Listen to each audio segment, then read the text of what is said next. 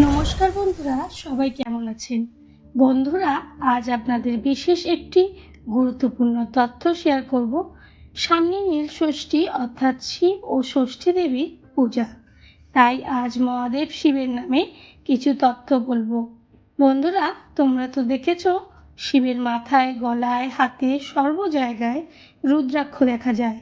এই রুদ্রাক্ষ কি? আজ তোমাদের বলবো রুদ্রাক্ষ সম্বন্ধে। তাহলে চলো বন্ধুরা, স্কিপ করো না, স্কিপ করলে ভিডিওর তথ্যটা তোমরা মিস করে যাবে। বলবো রুদ্রাক্ষ কি। রুদ্রাক্ষ হলো এক ধরনের পবিত্র বীজ, যা রুদ্রাক্ষ গাছের ফল থেকে পাওয়া যায়।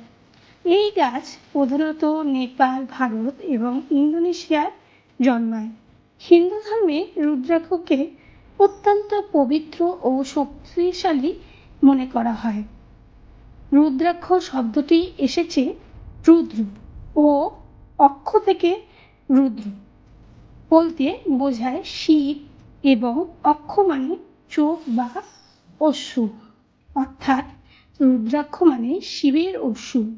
পুরাণ মতে এক সময় শিব গভীর তপস্যায় বসে সমস্ত জীবের দুঃখ কষ্ট অনুভব করেন। সেই করুণায় তার চোখ থেকে অনবরত অশ্রু ঝরে পড়ে। পৃথিবীতে সেই অশ্রু থেকে রুদ্রাক্ষ গাছের সৃষ্টি।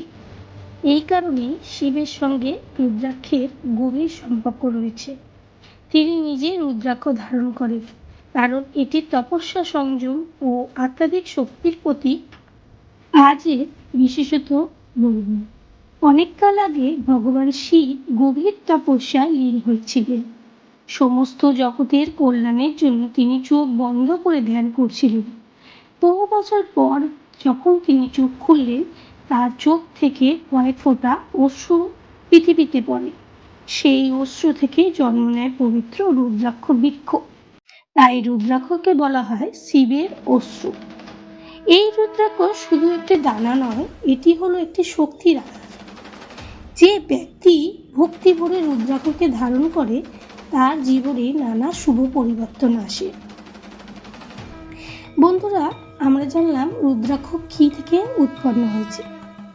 এবার জানবো রুদ্রাক্ষ ধারণ করলে আমাদের শরীর, মন, জীবনকে অত্যাধিক শুভ ও শান্ত করে তোলে। এটা একটি রুদ্রাক্ষ দানা নয়, এটা হলো বিশ্বাস, শক্তি ও শান্তির প্রতীক।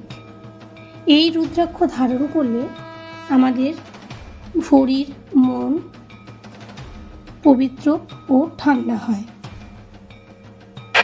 বন্ধুরা, এবার বলবো রুদ্রাক্ষ ধারণের বিশেষ গুণগুলি কি। তাহলে চলো শুনে নেওয়া যাক। অনেক বছর আগে এক রাজা ছিল, যার ছিল সব কিছু, ধন সম্পদ, ক্ষমতা, তবুও তার মনে শান্তি ছিল না। একদিন সে এক ঋষির কাছে গেল। ঋষি তাকে একটি রুদ্রাক্ষ দিলেন এবং বললেন, এটি ধারণ করো আর নিজের মনকে ভালো কাজে লাগাও।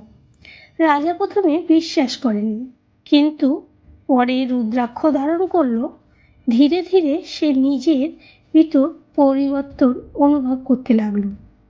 তার রাগ কমে গেল, মন শান্ত হলো, সিদ্ধান্ত নেওয়ার ক্ষমতা বাড়ল। সাধু এবার অয়নের দিকে বলল, এই হলো রুদ্রাক্ষের বিশেষ গুণ।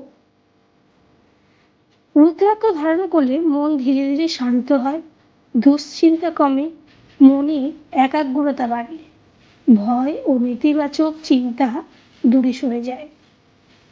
এটি তোমাকে নিজের উপর বিশ্বাস রাখতে হবে যে তুমি সৎ পথে চলবে, ভালো চিন্তা করবে, তাহলেই সেই রুদ্রাক্ষ শক্তিকে আরো বাড়িয়ে দেবে, তোমার মনোভাবনাকে আরো জাগিয়ে তুলবে।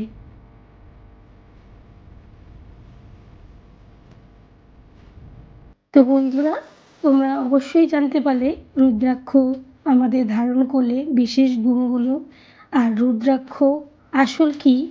রুদ্রাক্ষ হলো আমাদের বাবা মহাদেব শিবের অশ্রু। তো আজকের ভিডিওটা এখানেই শেষ করলাম। ভিডিওটা যদি ভালো লেগে থাকে অবশ্যই চ্যানেলটাকে লাইক, সাবস্ক্রাইব করে আমার পাশে থাকবে। তোমরা যারা চ্যানেলে নতুন আছো ভিডিওটাকে সাবস্ক্রাইব করবে, লাইক করবে আর পাশে থাকবে নতুন নতুন ভিডিও দেখার জন্য। তোমরা সবাই ভালো থাকো, সুস্থ থাকো।